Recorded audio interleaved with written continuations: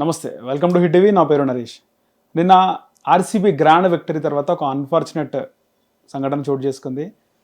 దాదాపు స్టాంపేడ్లో 11 మంది చనిపోయారు, 45 మంది హాస్పిటలైజ్డ్ అయ్యారు, 16 మంది ఇంకా చావబతుకుల మధ్యలో కొట్టుమిట్టాడుతున్నారు. ఇదే అంశంపై మాట్లాడదాం. మనతో పాటు క్రికెట్ విత్ వెంకటేష్ గారు ఉన్నారు. సార్తో మాట్లాడదాం. సార్ నమస్తే. సార్ నమస్తే సార్. నిన్న జరిగిన సంఘటన ఏదైతే గ్రాండ్ విక్టరీ, చాలా జనాలు వచ్చేస్తున్నారు, ఎవరు కూడా ఎక్స్పెక్ట్ చేయలేదు. 11 మంది చనిపోయారు. సార్ ఎలా చూడొచ్చు? అసలు ఎవరిది తప్పు అంటారు? స్టేడియం వాళ్ళదా లేకపోతే కర్ణాటక గవర్నమెంట్దా? అందరిది ఉందండి తప్పు. ఇక్కడ ఆర్సీబీ మేనేజ్మెంట్ ఉంది, Karnataka cricket association and mostly రాష్ట్ర ప్రభుత్వం. ఎందుకంటే పర్మిషన్ ఇచ్చేది గవర్నమెంట్. పోలీస్ పర్మిషన్ లేదు ముందు అని చెప్పి కొంతమంది అంటున్నారు. అయినా వీళ్ళు ఫోర్స్ చేశారు. ఫోర్స్ చేస్తే ఇచ్చేస్తారండి పర్మిషన్. ఇప్పుడు దాంట్లో ఆ ప్రోగ్రాంలో సీఎం, డిప్యూటీ సీఎం వాళ్ళందరూ ఇన్వాల్వ్ అయి ఉన్నారు. అలాంటప్పుడు మీరు ఎందుకు పర్మిషన్ ఇవ్వాలి? ఎందుకని అంత షార్ట్ నోటీస్లో? Total mismanagement and mishandling. ఎందుకంటే బెంగళూరు ఎంత రష్గా ఉంటుంది, ట్రాఫిక్ ఎంత ఉంటుంది. అది ఫ్యాన్స్లో 18 ఏళ్ళ తర్వాత ఆర్సీబీ టైటిల్ గెలిచింది. అంత లాంగ్ గ్యాప్ తర్వాత ఫ్యాన్స్ చాలా ఎక్సైటెడ్గా ఉన్నారు. పెద్ద సంఖ్యలో వస్తారని తెలుసు. ఎందుకంటే అంత ముందు రోజు నైట్ కూడా, మ్యాచ్ జరిగిన రోజు కూడా బెంగళూరులో అర్ధరాత్రి పూట మ్యాచ్ అయ్యేసరికి 11:30 అయింది. అర్ధరాత్రి పూట రోడ్లన్నీ జామ్ అయినాయి. అవును సార్. అలాంటప్పుడు మీరు విక్టరీ పరేడ్ ఎలా చేయిస్తారు? ముందు విక్టరీ పరేడ్ ఉండదన్నారు, తర్వాత ఎలా చేసినట్టున్నారు. సో ఇంత విధానసౌధ దగ్గర జరిగినప్పుడు కూడా కొంత అక్కడ కూడా కంట్రోలబుల్గా లేవు అసలు అక్కడ. అలాంటప్పుడు క్యాన్సిల్ చేయాలి, ప్లాన్ చేయాలి. మీకు టైం అంత అర్జెంట్గా చేయాల్సిన అవసరం లేదు. నిన్నే కదా గెలిచారు, మన రాత్రి గెలిచారు. Immediate next day. ఇప్పుడు ముంబైలో మనం T20 వరల్డ్ కప్ గెలిచాం. గెలిచిన తర్వాత ముంబై కూడా మహానగరం, అక్కడ విపరీతమైన ట్రాఫిక్ ఉంటుంది. కానీ మన టీం వచ్చిన తర్వాత ప్రాపర్గా ప్లాన్ చేసి అక్కడ మనం చూసాం, అంత రోడ్లన్నీ కూడా వెహికల్స్ నిల్వ చేయకుండా చాలా చాలా చాలా సిస్టమేటిక్గా దాన్ని ఆర్గనైజ్ చేశారు. అదొక మంచి ఫెస్టివల్ లాగా సెలబ్రేట్ చేస్తున్నారు మన విజయాన్ని.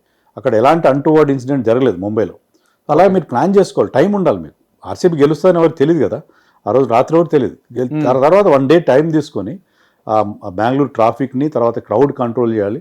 ఎందుకంటే ఆ స్టేడియంలో మీకు ఎంత కెపాసిటీ ఉంటుంది? 30,000-35,000 ఉంటుంది. అక్కడ 3 లక్షల మంది జనాలు వచ్చారు. వాళ్ళకి తెలుసు వస్తారని తెలుసు, ఖచ్చితంగా వస్తారని తెలుసు. ముందు నుంచి ఎంత ఎక్సైట్మెంట్ జనరేట్ అయిందో తెలుసు. అన్నీ తెలిసి కూడా ఏంటంటే రాష్ట్ర ప్రభుత్వం కానీ వాళ్ళందరూ ఏమనుకున్నారు, ఈ విక్టరీలో మేము కూడా పాలు పంచుకోవాలి, దాని తాలూకు అదేదో ఉంటుంది కదా, ఆ గ్లో మాకు కూడా దక్కాలి అని చెప్పి వాళ్ళు ఏదో ఒక ఆతృతతో చేశారు. ఇది మొత్తం మిస్ఫైర్ అయింది. దానివల్ల ఎవరు చనిపోయారు? చిన్న పిల్లలు. చనిపోయిన వాళ్ళందరూ చిన్న చిన్న పిల్లలు, యూత్, తర్వాత చిన్నపిల్లలు. చాలా బాధ అనిపిస్తుంది. ఎందుకంటే ఆ చిన్న వయసులో వాళ్ళ పేరెంట్స్కి ఎంత కడుపుకోతుంది. So it is very very avoidable incident ఇది. ఏదో ఒకసారి ఫుట్బాల్ మ్యాచ్ జరిగి, చాలాసార్లు జరుగుతుంది ఫుట్బాల్ మ్యాచ్లో కొన్ని రైట్స్ జరుగుతాయి, చాలామంది చనిపోతారు. యూరోప్లో వాటిలో మనం చూస్తాం, చాలా చోట్ల జరుగుతాయి. అది వేరే. అదేంటంటే అక్కడ ఇది అవాయిడబుల్. మీరు ప్రాపర్ కేర్ తీసుకుని ఉంటే, ప్రాపర్గా ఆర్గనైజ్ చేసి ఉంటే, క్రౌడ్ మేనేజ్ చేయగలిగితే ఇలాంటి ఏ సంఘటన ఇండియాలో ఎప్పుడు జరగలేదు. ఇట్లా మనకు సెలబ్రేషన్ ఇలా ఈ రకంగా మారడం అనేది ముఖ్యంగా స్పోర్ట్స్కి సంబంధించి ఎప్పుడు జరగలేదు. గతంలో మనం 2011లో కప్ గెలిచినప్పుడు, 2007లో గెలిచినప్పుడు ఈ విక్టరీ పరేడ్లు జరిగినాయి. వాటిని ప్రాపర్గా ఆర్గనైజ్ చేశారు. ఎప్పుడు ఎలాంటి అవాంఛనీయ సంఘటనలు జరగలేదు. కానీ ఇక్కడ మాత్రం చాలా చాలా unfortunate. And the authorities are to be blamed. ముఖ్యంగా స్టేట్ గవర్నమెంట్ అథారిటీస్ పూర్తి రెస్పాన్సిబిలిటీ వహించాలి. వాళ్ళ తప్పది. ఆ పసిపిల్లల ప్రాణాలు పోయినాయంటే దానికి పూర్తి రెస్పాన్సిబిలిటీ రాష్ట్ర ప్రభుత్వానికి ఉంటుంది. సార్, ముఖ్యంగా క్రికెట్ బోర్డు ఒక పర్మిషన్ తీసుకున్నప్పుడు వాళ్ళు కూడా, గవర్నమెంట్ కూడా ఆలోచించాలి కదా సార్. అంటే ఇంత త్వరగా కాకుండా మీరు అన్నట్టు రేపు లేకపోతే సర్టన్ డేట్లో పెట్టుకోవచ్చు కదా. వాళ్ళు అడిగి వీళ్ళు తొందర పెట్టారా క్రికెట్ బోర్డు వాళ్ళు, లేకపోతే ఆర్సీబీ మేనేజ్మెంట్ ఏమైనా తొందర పెట్టారు? ఎందుకంటే విరాట్ కోహ్లీ ఏదో అతను ప్లాన్ చేసుకున్నట్టున్నాడు. Virat Kohli I think he has already left India. So అతనికి ఏదో ప్రయర్ ప్రోగ్రామ్ ఉంది, టూర్ ప్రోగ్రామ్ ఉంది. So he is available only yesterday, నిన్న మాత్రం అవైలబుల్ ఉన్నాడు. అందుకని ఏమన్నా దాన్ని తొందరగా చేసి పూర్తి చేద్దాం అనుకున్నారేమో. కానీ క్రౌడ్ అన్కంట్రోలబుల్గా ఉంటారని మనకు తెలుసు. జోష్ ఉంటుంది స్టేడియంలో, లిమిటెడ్ సీట్స్ ఉన్నాయి. అది తప్పు అభిమానులు కూడా. ఎందుకంటే దాని టికెట్లు ఉన్నాయి. ఈవెంట్కి టికెట్స్ ఏ రకంగా ఇచ్చారో మనకు తెలియదు. టికెట్స్ పెట్టి చేశారు. సో అందరికీ ఫ్రీ ఎంట్రీ ఉందో లేదో నాకు తెలియదు. సో అలాంటప్పుడు ఒకవేళ అంత రష్ ఉన్నప్పుడు ఆ గేట్లు కొంచెమే తెరిచారు, బయట విపరీతం జనం. అలాంటప్పుడు వెళ్ళిపోవాలి చాలామంది. కానీ ఆ ఉత్సాహంతో ఎలా చూద్దాంలే, విరాట్ కోహ్లీని చూద్దాంలే, లేకపోతే మన దాంట్లో పాలు పంచుకుందామని ఒక దాంతో వాళ్ళ ప్రాణాలు కూడా దృష్టిలో పెట్టుకో, రిస్క్ కూడా దృష్టిలో పెట్టుకోవాలి కదా. ఇలాంటి ఈవెంట్స్ ఉన్నప్పుడు యంగ్స్టర్స్ జాగ్రత్తగా ఉండాలి. ఎందుకంటే చాలా జరుగుతున్నాయి మనకి. ఆల్రెడీ పుష్ప సినిమా వచ్చినప్పుడు కూడా చూసాం మనం, సంధ్యా థియేటర్ దగ్గర ఇన్సిడెంట్. ఆ తర్వాత రీసెంట్గా మనకి తిరుపతిలో ఐ థింక్ బ్రహ్మోత్సవాల టైంలో బ్రహ్మోత్సవాలు వైకుంఠ ఏకాదశి టైంలో అక్కడ కూడా ఇలాంటి ఒక స్టాంపీడ్ జరిగింది. పుష్కరాల్లో జరుగుతుంటాయి. ఇవన్నీ మనకి ఏంటంటే మీరు అలాంటప్పుడు జాగ్రత్తలు తీసుకోవాలి, అవేర్నెస్ ఉండాలి. బేసిక్గా అది మనం దీన్ని కంట్రోల్ చేయలేం. మనం పోలీసుల్ని, మనం అథారిటీస్ని కూడా పూర్తిగా బ్లేమ్ చేయలేం. మన ప్రాణాలని మనం కాపాడుకోవాలి. So ultimately the responsibility lies with the fans. So fans ఏంటంటే ఇప్పుడు ఎవ్రీథింగ్ ఈజ్ అవైలబుల్ అన్న టీవీ నరేష్. ఇప్పుడు మీరు ఏ ఈవెంట్ చూడాలన్నా, మీరు మిస్ వరల్డ్ చూడాలన్నా, ఏది చూడాలన్నా మీరు టికెట్ కొనుక్కుని వెళ్ళాల్సిన పని లేదు. మ్యాచ్ చూడాలన్నా వెళ్ళాల్సిన పని లేదు. మీకు ఎక్కడో చోట దొరుకుతుంది. ఏం లేకపోతే యూట్యూబ్లో దొంగతనంగా కొన్ని దొరుకుతాయి. సో మీ ఏదైనా ప్రపంచంలో ఎక్కడ జరిగినా కూడా దాన్ని మీరు లైవ్ స్ట్రీమింగ్ చూడొచ్చు, హ్యాపీగా చూడొచ్చు. మరి అలాంటిది హాయిగా ఇంట్లో కూర్చొని, ఇప్పుడు చాలామంది స్టేడియంకి వెళ్ళి మ్యాచ్ చూడడానికి ఇష్టపడరు. ఇంట్లో హాయిగా మనం ఏసీలోనో ఫ్యాన్ కింద కూర్చొని చూద్దాము డ్రాయింగ్ రూమ్లో అని అనుకుంటారు చాలామంది.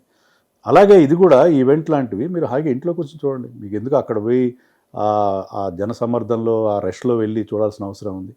మీరు విరాట్ కోహ్లీ ఏమైనా మీకు వచ్చి షేక్ హ్యాండ్ ఇస్తాడు? ఇచ్చే పరిస్థితి ఉండదు కదా. విరాట్ కోహ్లీ మీరు కన్సిడరబుల్ డిస్టెన్స్ చూస్తారు, దాదాపు 1/2 కిలోమీటర్ దూరం నుంచి చూస్తారు. సో అలాంటప్పుడు దాంట్లో వేర్ ఇస్ ద నెసెసిటీ?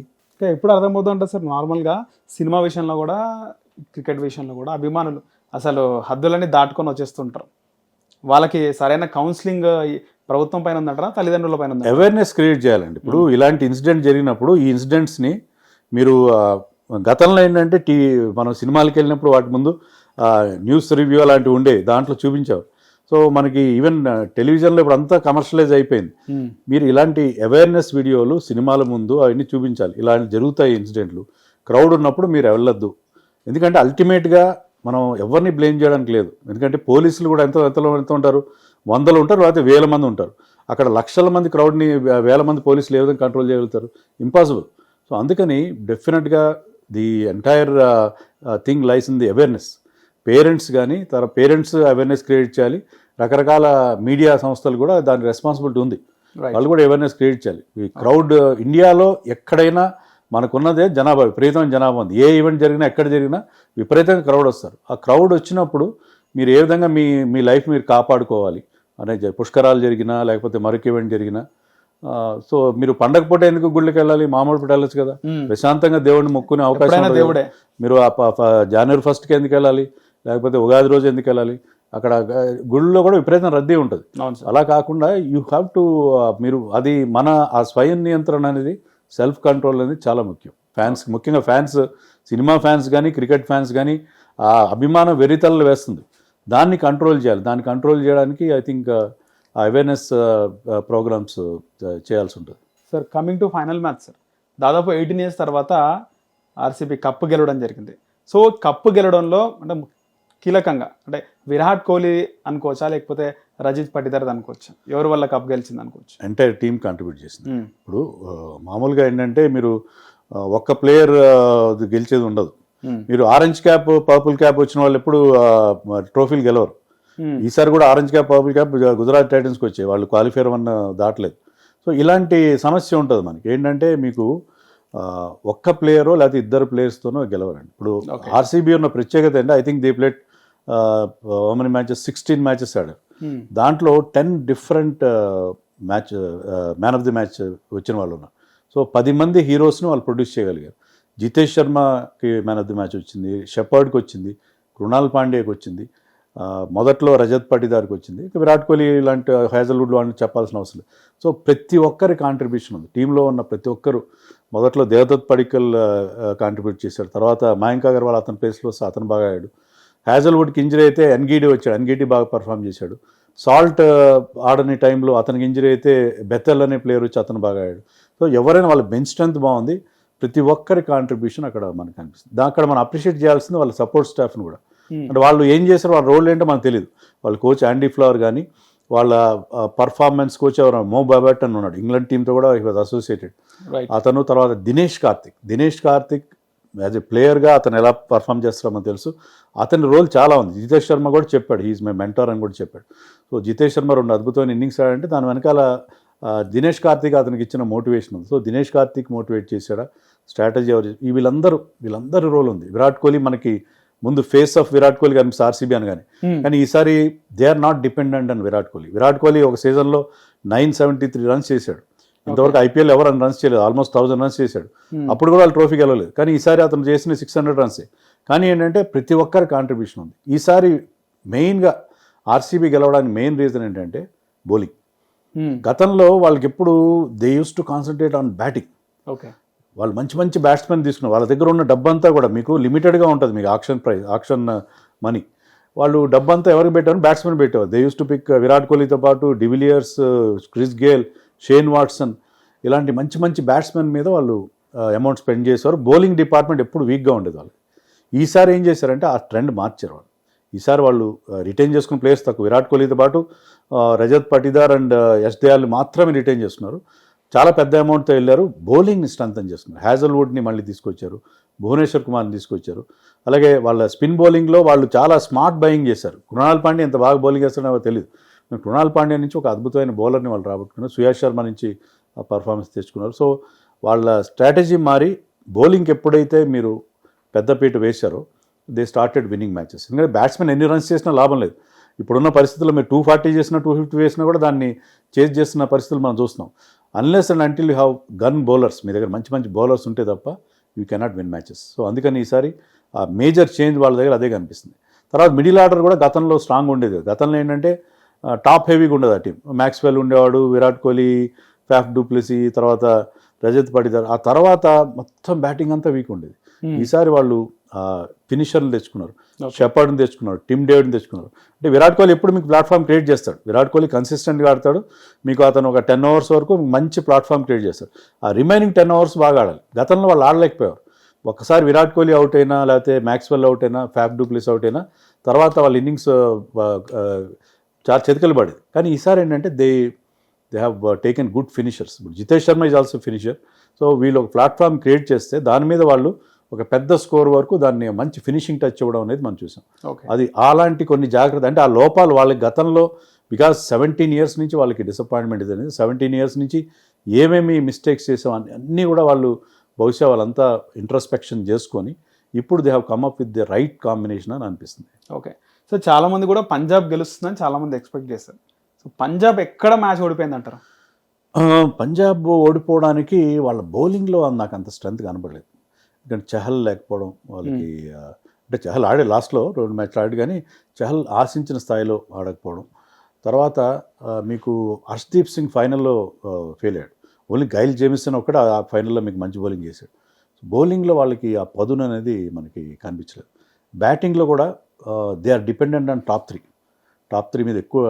వాళ్ళు ఓపెనర్స్ ఇద్దరు బాగా ఆడుతున్నారు, Prabhsimran and Priyansh Arya plus Shreyas Iyer. వాళ్ళు ముగ్గురు ఫైనల్లో ఫెయిల్ అయ్యారు. దాంతో ఇంగ్లీష్ లాంటి ప్లేయర్స్ మీద, శశాంక్ సింగ్ వీళ్ళందరి మీద చాలా ఒత్తిడి పెరిగింది. గతంలో అంతా ఏంటంటే అంతవరకు మీకు either Prabh Simran or Priyansh or Shreyas వీళ్ళు స్కోర్ చేస్తూ వచ్చారు, వీళ్ళకి జస్ట్ ఫినిషింగ్ మాత్రం ఇస్తూ వచ్చారు. కానీ ఇక్కడ ముగ్గురు కూడా ఎర్లీగా అవుట్ అవడంతో వాళ్ళకి ఆ మిడిల్ ఆర్డర్ మీద విపరీతం ప్రెషర్ పడింది.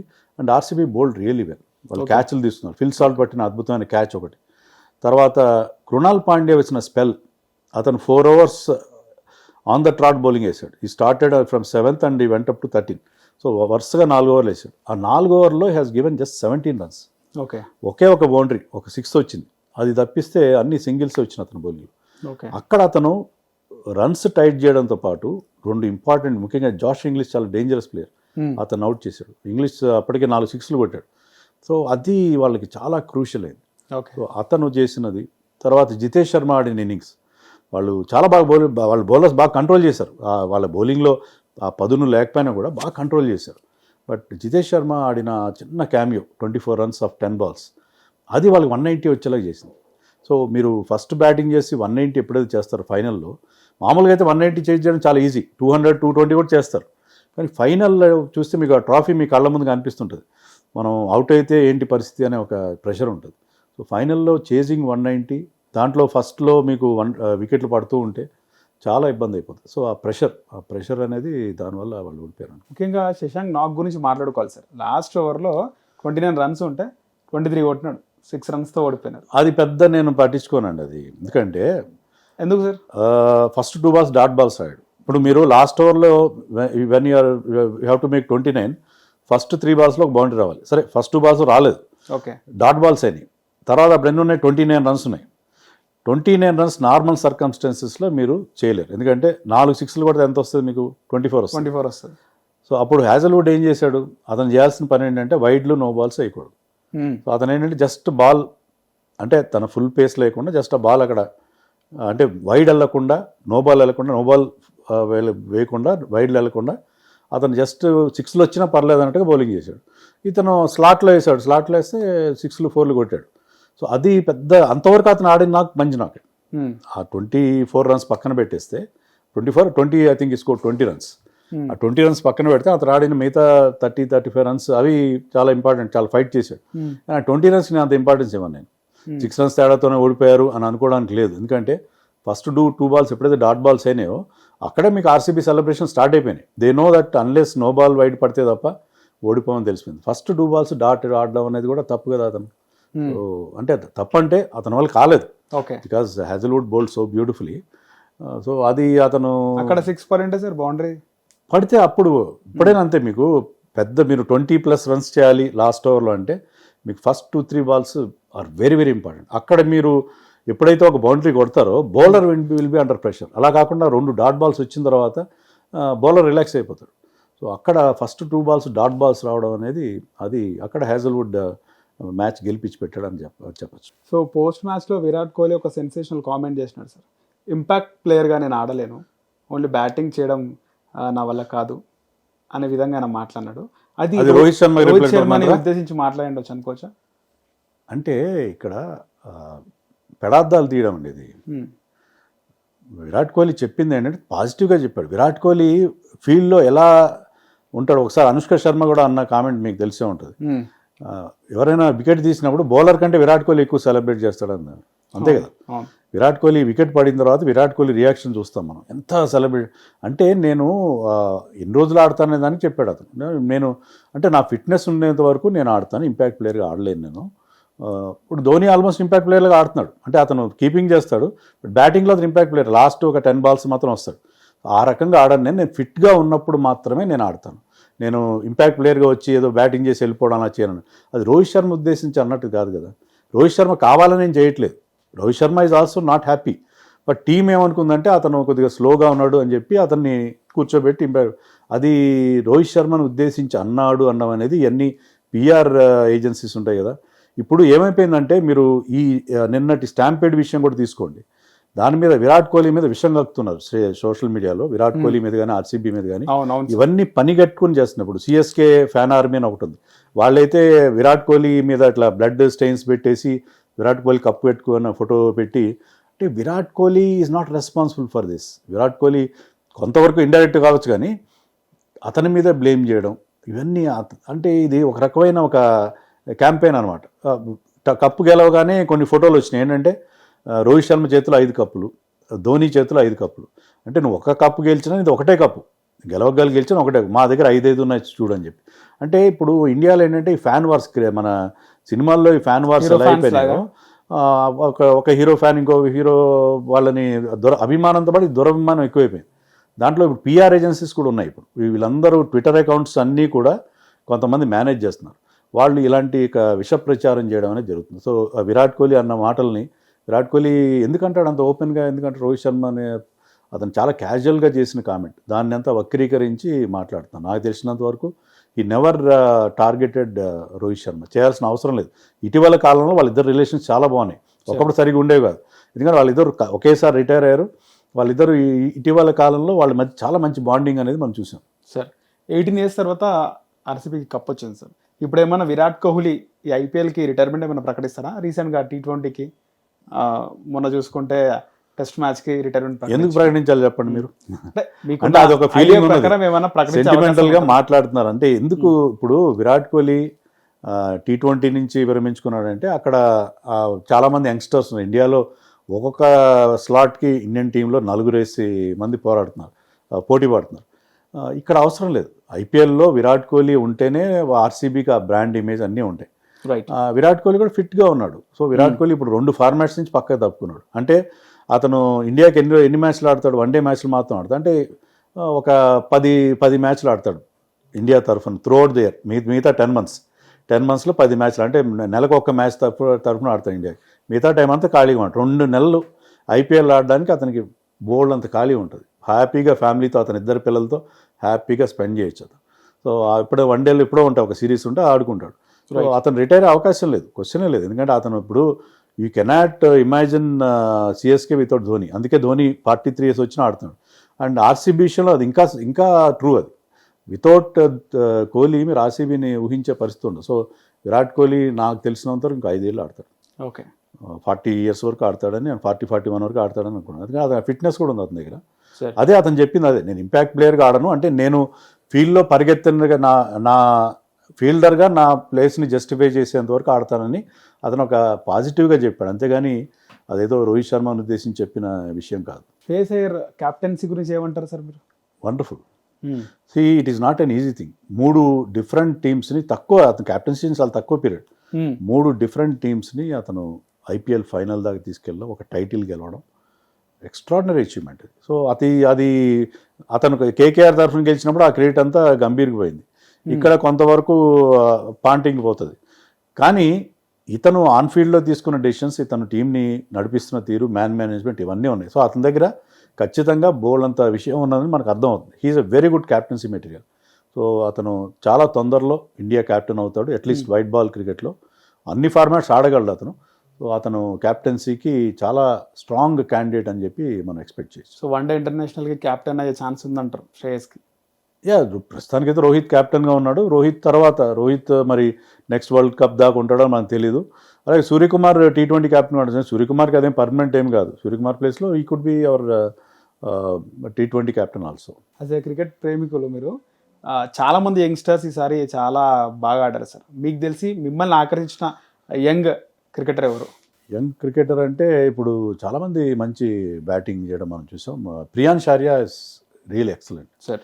అతను ఆడుతున్న అతని దగ్గర కామ్గా చాలా అన్హరీడ్ అప్రోచ్ ఉంటుంది. అతను కొట్టిన షాట్స్ కూడా చాలా అట్రాక్టివ్గా ఉంటాయి. So he's really good. Priyansh Arya బాగా. తర్వాత of course Vaibhav Suryavanshi, Ayush Mhatre, they are too young but they are doing really well. So నాకు తర్వాత బౌలర్స్ విషయానికి వస్తే దిగ్వేష్ రాఠీ చాలా ఇంప్రెసివ్. అతని బిహేవియర్ కొంచెం అటు ఇటుగా ఉన్న అతను బౌలింగ్ మాత్రం చాలా బాగుంది. సార్ సూర్యకుమార్ యాదవ్ ఐపీఎల్లో బాగా పర్ఫార్మెన్స్ ఇస్తాడు, వేరే ఇంటర్నేషనల్ మ్యాచ్ వచ్చేసరికి అంతగా ఉండదు, ఎందుకంటారు సార్? అట్లేం లేదా, ఇంటర్నేషనల్ కూడా అతను పర్ఫామ్ చేశాడు. ఇంటర్నేషనల్ అతని స్ట్రైక్ రేట్ చూడండి, యావరేజ్ చూడండి, అంత ఇంపాక్ట్ చూపించాడు. ఒకటేంటంటే అతను కీలకమైన మ్యాచ్ల్లో ఆడలేదు సరిగ్గా, ఫైనల్స్లో వాటిలో ఆడలేదు. కానీ అతను పట్టిన క్యాచ్ వల్ల కదా T20 వరల్డ్ కప్ గెలిచాం. అతను కాంట్రిబ్యూట్ చేస్తాడు, కానీ ఇంపార్టెంట్ మ్యాచెస్లో, నాకౌట్ మ్యాచెస్లో బాగా పర్ఫామ్ చేయలేదు. కానీ అతను ప్రతిసారి చేస్తూనే ఉన్నాడు, అదేం లేదు. సార్ ఇక్కడ orange cap Sai Sudarshan and purple cap Prasidh Krishna ఇద్దరు కూడా నెక్స్ట్ టెస్ట్ సిరీస్కి సెలెక్ట్ అయ్యారు సార్. అక్కడ కూడా ఇలాగే ఇంప్రెస్ చేస్తారంటారా? అది డిపెండ్స్ అండి, ఎందుకంటే ఈ పర్ఫార్మెన్స్ వల్ల వాళ్ళకి కాన్ఫిడెన్స్ ఉంటుంది. ఫామ్లో ఉన్న ప్లేయర్ ఎప్పుడైనా ఏ ఫార్మాట్ అయినా runs under your belt is always a good confidence booster. అలాగే wickets under your belt confidence ఉంటుంది. డిఫరెంట్ ఫార్మాట్ అక్కడ ప్రూవ్ చేసుకోవాలి, ఇద్దరు ప్రూవ్ చేసుకోవాలి. సాయి సుదర్శన్ ఇంతవరకు ఇండియా తరఫున రెడ్ బాల్ క్రికెట్ ఆడలేదు, అతని ఫస్ట్ క్లాస్ యావరేజ్ కూడా గొప్పగా లేదు. బట్ ఏంటంటే ఒకటే ఇంగ్లాండ్లో కౌంటీ క్రికెట్ ఆడిన ఎక్స్పీరియన్స్ ఉంది. సో అందుకని ఆటోమేటిక్ ఛాయిస్ కూడా ఉండడు అతను టెస్ట్ టీంలో ఖచ్చితంగా వస్తాడని మనం అనుకోవడానికి లేదు. And Prasidh Krishna played some test matches, కానీ ఎంతవరకు పెద్దగా ఇంప్రెస్ చేయలేదు. కానీ అతనుకున్న హైట్ కానీ ఆ పేస్ కానీ ఖచ్చితంగా అతని మీద ఎక్కువ నాకు హోప్స్ ఉన్నాయి సాయి సుదర్శన్ కంటే.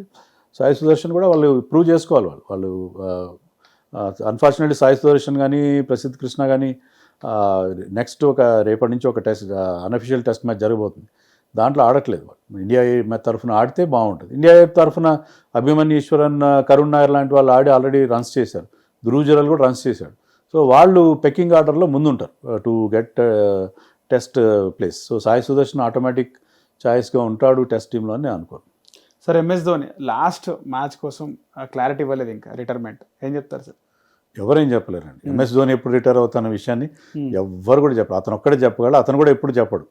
అతను చెప్పింది క్లియర్గా ఏం చెప్పాడంటే నెక్స్ట్ ఇంకా నాకు టైం ఉంది, అతను ఫిట్నెస్ని అసెస్ చేసుకుంటాడు. ఎందుకంటే ఈ 10 months ఎలాంటి క్రికెట్ ఆడడు. ఇప్పుడు మామూలుగా మిగతా వాళ్ళు ఏదో ఒక రకమైన క్రికెట్ ఆడతారు, వాళ్ళు మ్యాచెస్ ఆడతారు, ఆ మ్యాచ్ ఫిట్నెస్ ఉంటుంది. మీరు జిమ్లో ఫిట్నెస్ చేస్తే లాభం లేదు, మ్యాచ్ ఫిట్నెస్ అనేది ముఖ్యం. ఎండలో మీరు ఆ ఎండను తట్టుకొని పరిగెత్తి ఆ మ్యాచెస్ ఆడకుండా 10 months పాటు మ్యాచ్ ఆడకుండా ఒక్కసారి వచ్చి మీరు ఇంత హై ప్రెషర్ మ్యాచెస్ ఆడడం అంటే అది ఈజీ కాదు, దానికి చాలా ప్రిపరేషన్ కావాలి. సో అతను తన ఫిట్నెస్ని అతను అసెస్ చేసుకుంటాడు. సో అతను ఒక 2 నెలల ముందు చూసుకుంటాడు, చూసి తన పొజిషన్ ఎలా ఉంది ఏంటి అనేది. But I think he will play at least 1 match. ఎందుకంటే అతను ఫ్యాన్స్కి చెప్పింది ఏంటంటే నేను చెన్నైలో ఆఖరి మ్యాచ్ ఆడతానని చెప్పాడు. ఈ సీజన్లో చెన్నైలో ఆఖరి మ్యాచ్ జరిగి ఉండేది, ఈ బ్రేక్ రాకుండా ఉంటే చెన్నైలో ఒక మ్యాచ్ మిగిలిపోయింది, కానీ ఆ మ్యాచ్ని వేరే వెన్యూకి తరలించారు. సో అతనికి అవకాశం లేకపోయింది. బహుశా నెక్స్ట్ సీజన్లో కనీసం ఒక్క మ్యాచ్ అయినా ఆడతాడు. ఎందుకంటే వికెట్ కీపర్ కూడా ఇప్పుడు తడుముకోవాల్సిన పని లేదు వాళ్ళకి. Devon Conway is a keeper, తర్వాత ఉరీల్ పటేల్ అని కొత్తగా టీంలోకి వచ్చారు, చాలా బాగా పర్ఫామ్ చేస్తున్న is a keeper. So keeping కోసమే ధోనిని ఉంచాల్సిన అవసరం లేదు. బ్యాటింగ్ విషయంలో ధోని టీంకి ఒక బర్డెన్ అవుతున్నాడేమో నాకు అనిపిస్తుంది. ఎందుకంటే అది గతంలో అంత ఫినిషింగ్ చేయలేకపోతున్నాడు. చేయనప్పుడు జస్ట్ బికాజ్ ఈజ్ ధోని అతని టీంలో ఉంచితే అది దానివల్ల ఒక యంగ్స్టర్కి ఆపర్చునిటీ ఇవ్వకుండా పోయినట్టు అవుతుంది. తర్వాత మీకు వెన్ హీఈస్ నాట్ పర్ఫార్మింగ్ ఆ లెవెల్కి తన స్థాయికి తన పర్ఫార్మెన్స్ ఇవ్వనప్పుడు కేవలం ధోని బ్రాండ్ ఇమేజ్ కోసం అదే ఆ అభిమానులు ధోనిని చూడాలని వస్తారని చెప్పి అతను కంటిన్యూ చేయడంలో అర్థం లేదు. సో ఆ విషయంలో ఒక టఫ్ కాల్ తీసుకోవాలి చెన్నై మేనేజ్మెంట్ కానీ ధోని హిమ్సెల్ఫ్ కానీ. సో ఆ రిటైర్మెంట్ డెసిషన్ ధోనినే తీసుకోవాలి. మరి నెక్స్ట్ సీజన్ అయితే ఆడతాడు, బట్ అన్ని మ్యాచ్లో ఆడతాడా లేదా అనేది I have my own doubts. అలాగే ఈ సీజన్లో బెస్ట్ క్యాప్టెన్ ఎవరంటే ఏం చెప్తారు sir? Without any doubt Shreyas Iyer. అతను ఆ టీంని, అంటే ఆ టీంలో మీరు చూడండి ఎక్కువ అన్క్యాప్ ప్లేయర్స్ ఉన్నారు, దాదాపు 6 మంది అన్క్యాప్ ప్లేయర్స్ ఉన్న టీంని, పెద్దగా సూపర్ స్టార్స్ లేని టీంని అతను ఫైనల్ దాకా తీసుకెళ్ళామంటే అది అతని క్యాప్టెన్సీ గొప్పతనం అని చెప్పుకోవాలి. రైట్. ఈ సీజన్లో best bowler sir? Best bowler it could be Prasidh Krishna. So best batsmen Sai Sudarshan అంత కన్సిస్టెంట్, సూర్యకుమార్ కూడా కన్సిస్టెంట్గా ఆడాడు, కానీ కొత్త కుర్రాడు సాయి సుదర్శన్ ఆల్మోస్ట్ ప్రతి మ్యాచ్లో అతను పర్ఫామ్ చేసిన తీరు. ఓకే. సో బెస్ట్ ఆల్రౌండర్ అంటే ఎవరు చెప్తారు? బెస్ట్ ఆల్రౌండ్ పర్ఫార్మెన్స్ ఎవరై పెద్దగా ఇచ్చిన పరిస్థితులు ఏమైనా అక్షర్ పటేల్ కానీ జడేజా కానీ అంతగా పర్ఫార్మెన్స్ చేయాలి. కొంతవరకు I will say Hardik Pandya. ఈ సీజన్లో ఇంపాక్ట్ ప్లేయర్ అంటే? ఇంపాక్ట్ ప్లేయర్గా ఎక్కువ ఆడింది Rohit Sharma. I think impact player I'm not sure. Impact player అంటే రకరకాల పర్ఫార్మెన్స్ ఉండే ఇంపాక్ట్ ప్లేయర్ ఒకరే ఉండరుగా ప్రతి మ్యాచ్లో. ప్రీతి జింతా 14 years నుంచి దాదాపు కప్పు లేదు, 2 times ఫైనల్స్కి వచ్చి ఓడిపోయింది సార్, ఏం చెప్తారు? ప్రీతి జింతా విషయంలో మనం మెచ్చుకోవాల్సింది ఏంటంటే, మనం కొంతమంది ఫ్రాంచైజీ ఓనర్స్ చూసాం, వాళ్ళ యారోగెన్స్ కానీ ప్లేయర్స్ మీద ఫీల్డ్లో పబ్లిక్గా రాహుల్ని సంజీవ్ గోయంకా అవమానించడం, లేకపోతే ముంబై ఓనర్స్ పెద్ద పెద్ద సోఫాలు వేసుకొని కూర్చొని వాళ్ళు చాలా వాళ్ళ ఇంటర్ఫిరెన్స్. కానీ ప్రీతి జింతా ప్రత్యేకత ఏంటంటే ఈ 18 years నుంచి ఆమె ఆల్మోస్ట్ ప్రతి మ్యాచ్కి వస్తుంది, వచ్చి ఆ టీమ్ ఒక ఆర్డినరీ ఫ్యాన్ లాగా. ఆమె రియాక్షన్స్ ఎలా ఉంటాయంటే, వికెట్ పడితే ఆమె బాధపడడం, రన్స్ కొట్టినా 4లు కొట్టినా ఆమె కేరింతలు కొట్టడం, ఒక ఆర్డినరీ ఫ్యాన్గా ఆమె ఓనర్గా ఎప్పుడు బిహేవ్ చేయలేదు.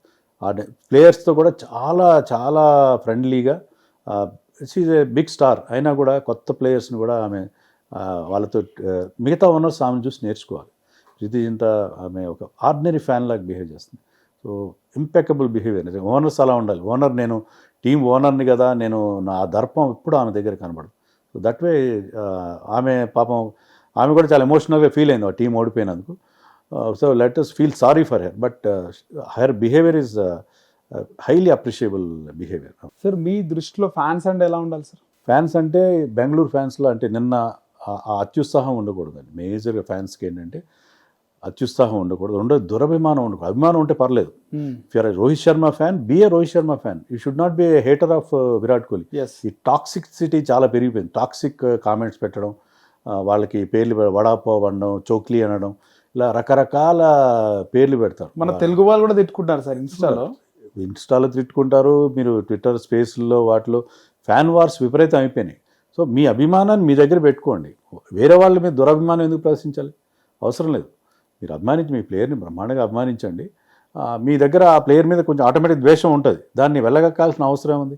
అంటే మీకు ఇప్పుడు ఎప్పుడు లేని వేదికలు దొరుకుతున్నాయి, మీకు చేతిలో కీబోర్డ్ దొరుకుతుందని మీకు ఇష్టమైన బూతులు అన్నీ పెట్టేసి ట్రోల్ చేయడము ఇవన్నీ ఆపేయాలి. ఇవన్నీ ఈ జాడ్యం పోతేది, కోవిడ్ పోయింది, అన్నీ పోయినాయి, అన్నిటికీ మనం కంట్రోల్ చేయగలిగాం. కానీ ఈ ట్రోలింగ్ జాడ్యాన్ని అరికట్టడానికి మనకైతే సాధ్యం కావట్లేదు. సార్ కేకేఆర్ వాళ్ళు ఏమైనా రిగ్రెట్ ఫీల్ అవుతున్నారా శ్రేయస్ విషయంలో? అంటే శ్రేయస్ ఎందుకు వెళ్ళిపోయాడని వాళ్ళు అతన్ని ఏం వదులుకోలేదు. He himself wanted. ఎందుకంటే బేసిక్గా నాకేం క్రెడిట్ దక్కలేదు, మొత్తం అంతా గంభీర్ ఖాతాలను పోయింది ఆ విజయం అన్న ఫీలింగ్, ఆ బిటర్నెస్ ఉంది అతని దగ్గర. అందుకే అతను బయటకు వచ్చాడు. అతన్ని వాళ్ళు ఉంచడానికి చాలా గట్టి ప్రయత్నం చేసి ఉండాల్సింది. ఈవెన్ రాహుల్ని అంత అవమానించిన తర్వాత కూడా సంజీవ్ గోయంకా అతనికి స్పెషల్ మీటింగ్ పెట్టి అతన్ని ఆ టీంలో అట్టేపెట్టే ప్రయత్నం చేశాడు. కానీ కేకేఆర్ వాళ్ళు అలా చేసినట్టుగా లేదు. డెఫినెట్గా ఫీల్ అవుతారు వాళ్ళు కొంచెం, ఎందుకంటే వాళ్ళకి తర్వాత సరైన క్యాప్టెన్ దొరకలేదు. వాళ్ళ టీంలో ఆల్మోస్ట్ సేమ్ టీంతో వెళ్ళారు ఈ సంవత్సరం, కానీ క్యాప్టెన్ మారేసరికి వాళ్ళ రిజల్ట్స్ కూడా తారుమారాయి. సార్ ఐపీఎల్ వల్ల ఎవరికి సార్ లాభం? అంటే ఇండియన్ ప్లేయర్స్కా ఫారెన్ ప్లేయర్స్కా? ఫారిన్ ప్లేయర్స్కి ఓన్లీ మానిటరీ లాభం అండి, వేరే లాభం ఏం లేదు వాళ్ళకి. వాళ్ళు హాయిగా ఇక్కడ వచ్చే డబ్బులు వాళ్ళకి ఏ లీగ్లో కూడా రావు వాళ్ళు. అందుకని ఐపీఎల్కి ఆ గ్లామర్ ఉంటుంది. ఇండియాకి ఏం లాభం అంటే మీరు కొత్త ప్లేయర్స్ ఎంతమంది మనకి అంది వస్తున్నారు. ఇప్పుడు కొత్త ప్లేయర్స్ 16-17 ఏళ్ళకి, 14-15 ఏళ్ళకి మంచి మంచి ప్లేయర్స్ మనకి అందుబాటులోకి వస్తున్నారు. సో ఇండియాకి ఆ టాలెంట్ పూల్ క్రియేట్ అవుతుంది. ఖచ్చితంగా అది ఇండియాకి లాభం. ఐపీఎల్ వల్ల కమర్షియలైజేషన్ జరుగుతుంది, ఇండియాకి ఆడడం మీద ఫోకస్ తగ్గుతుంది, అవన్నీ కూడా ఓకే, అవన్నీ ఒప్పుకుంటాను నేను. కానీ టాలెంట్ పూల్ క్రియేట్ అవుతుంది, మనకు మంచి మంచి బౌలర్స్ దొరుకుతున్నారు, బ్యాట్స్మెన్ దొరుకుతున్నారు, ఆల్రౌండర్స్ దొరుకుతున్నారు. సో అందుకని I think benefit is always for India. Sir నిన్న జరిగిన ఏదైతే ఇన్సిడెంట్ దీనికి సంబంధించి ఆ ఇన్సిడెంట్ వల్ల నెక్స్ట్ సీజన్కి ఏమైనా ఎఫెక్ట్ పడే అవకాశం ఉంటుందా? బ్యాన్ చేస్తామని కూడా కొన్ని వార్తలు చూస్తున్నాం ఐపీఎల్కి సంబంధించి. ఎందుకు బ్యాన్ చేస్తాడు? ఇప్పుడు ఏమైనా కేసులు పెడితే పెట్టచ్చు, ఆర్సీబీ మేనేజ్మెంట్ మీద కేసులు పెడితే పెట్టచ్చు. కానీ టీమ్ కేసులు గవర్నమెంట్ పెడుతుందా? గవర్నమెంట్ పెడుతుంది. గవర్నమెంట్ కూడా ఇన్వాల్వ్ అయింది, కానీ పెట్టాలి, కేసులు పెడతారు కదా. గవర్నమెంట్ కాదు, పబ్లిక్ ఇంట్రెస్ట్ లిటిగేషన్ మీద పెడతారు. ఓకే, ఇప్పుడు అల్లు అర్జున్ మీద ఎలా కేసులు పెట్టారు, ఆ రకంగానే కేసులు పెట్టే అవకాశం ఉంటుంది, ఖచ్చితంగా ఉంటుంది. గవర్నమెంట్ పెట్టాల్సిన అవసరం లేదు, పబ్లిక్ కూడా పిఐఎల్ పెట్టచ్చు కదా, పబ్లిక్ ఇంట్రెస్ట్ లిటిగేషన్ కింద కేసులు పెట్టచ్చు. ఓకే, సో మన అల్లు అర్జున్ పుష్ప సినిమాకి సంబంధించి అంటే ఆయన ప్రమేయం ఉంది, ఆయన వచ్చినాడు, ఫ్యాన్స్ కిక్కరేసిపోయారు అని చెప్పి ఆయన అరెస్ట్ చేసి జైలుకి పంపించారు. ఇప్పుడు ఈ సిచ్యువేషన్లో విరాట్ కోహ్లీ ఉన్నాడు కాబట్టి విరాట్ కోహ్లీని ఏమైనా అరెస్ట్ చేసే అవకాశం ఉంటుందా? ఆయన అరెస్ట్ చేస్తారని కూడా కొన్ని పుకార్లు. అస్సలు లేదండి, ఎందుకంటే అక్కడ జరిగింది ఏంటి, పోలీస్ పర్మిషన్ లేదు వాళ్ళకి. పోలీస్ పర్మిషన్ లేకుండా, అంటే వాళ్ళు వితౌట్ లీగల్గా వాళ్ళకి పర్మిషన్ లేకుండా వాళ్ళ ర్యాలీ తీశారు, అందుకని వాళ్ళ మీద కేసు పెట్టారు. ఇప్పుడు పోలీసులు అక్కడ ఉన్నారు, సీఎంఏ ఉన్నాడు అక్కడ. సో అలాంటి పర్మిషన్ లేకుండా వాళ్ళని పర్మిషన్ ఇచ్చారు, పర్మిషన్ ఇచ్చిన తర్వాతే వీళ్ళు వచ్చారు. సో వాళ్ళు లీగల్గా వాళ్ళు పర్మిషన్ తీసుకున్నారు. పర్మిషన్ మీద కొంచెం వాళ్ళు ఒత్తిడి పెట్టి ఉండొచ్చు, వాళ్ళు బలవంతం పెట్టి పర్మిషన్ తీసుకుని ఉండొచ్చు. పోలీసులు రిజెక్ట్ చేశారండి ఒరిజినల్గా, లేదు మాకు ఎలాగైనా ఈరోజు జరగాల్సిందని. అది దాని మీద ఎవరు కేసు పెట్టలేరు, పర్మిషన్ ఉంది కాబట్టి వచ్చారు. దాంట్లో chief minister, deputy chief minister అందరూ కూడా పార్టిసిపేట్ చేశారు. కాబట్టి ఇక్కడ ఇవన్నీ ఏంటంటే సోషల్ మీడియాలో వచ్చాయి, విరాట్ కోహ్లీని అరెస్ట్ చేస్తారు. విరాట్ కోహ్లీ ఏ విధంగా సంబంధం? Virat Kohli is a player, is not a owner. Sir లాస్ట్కి ఫ్యాన్స్కి ఏం చెప్తారు? క్రికెట్ అభిమానులకి ఏం చెప్తారు? మన తెలుగు క్రికెట్ అభిమానులకి ఈసారి ఎస్ఆర్హెచ్ టీం కొన్ని మిస్టేక్స్ చేశారు, సరైన బౌలింగ్ లేకుండా చేసుకున్నారు. నెక్స్ట్ సీజన్లో ఒకరిద్దరు మంచి బౌలర్స్ని తీసుకుని టీంలో పెద్ద మార్పులు చేయాల్సిన అవసరం లేదు. సో ఎస్ఆర్హెచ్ డెఫినెట్గా బెటర్గా ఈసారి పర్ఫామ్ చేయలేదు, అందరూ ఫెయిల్ అయ్యారు. కానీ నెక్స్ట్ సీజన్లో ఎలా ఉంటుందని లేదు, నెక్స్ట్ సీజన్లో ఇదే టీంతో వెళ్ళి మంచి రిజల్ట్స్ రాబట్టుకుంటారు. ఎందుకంటే ఆ లాస్ట్కి వచ్చేసరికి వాళ్ళు మాల్దీవ్స్ వెళ్ళి వచ్చిన తర్వాత టీం పర్ఫార్మెన్స్ చాలా ఇంప్రూవ్ అయింది. సో ఆ రకంగా చూస్తే ఏంటంటే ఎస్ఆర్హెచ్ విషయంలో ఫ్యాన్స్ మంచి హోప్స్ పెట్టుకోవచ్చు. Next season is going to be very very good for them. Hit TV app, ఇందులో short news, live news, entertainment shows, movies, digital magazines తో పాటు మీ జిల్లా వార్తలను కూడా ఫ్రీగా చూడొచ్చు. ఇంకెందుకు ఆలస్యం, వెంటనే హిట్ టీవీ యాప్ ని డౌన్లోడ్ చేసుకుని ఫ్రీగా ఎంటర్టైన్మెంట్ పొందండి. Hit TV app, hit TV app, please download hit TV app. Hit TV యాప్ని ఫ్రీగా డౌన్లోడ్ చేసుకొని ఎంజాయ్ చేయండి. మీకు నచ్చిన ఎంటర్టైన్మెంట్ కోసం హిట్ టీవీ యాప్ ని ఫ్రీగా డౌన్లోడ్ చేసుకుని ఎంజాయ్ చేయండి. హిట్ టీవీ యాప్ ని డౌన్లోడ్ చేసుకుని ఆస్వాదించండి, ఆశీర్వదించండి. ఇంతమంది సెలబ్రిటీలు హిట్ టీవీ యాప్ ని డౌన్లోడ్ చేసుకోండి అని చెప్తున్నారంటే ఎంత మంచి యాప్ ఆలోచించండి. అమెరికా అమెరికాలో చదవాలనుకునే వాళ్ళకి విశ్వసనీయమైన పేరు మన శౌర్య కన్సల్టెన్సీ. UK లో 1 year masters, UK లో 1 year masters, 2 years work permit up to 5 years visa. Contact Saurya Consultancy. Contact 89851 89851.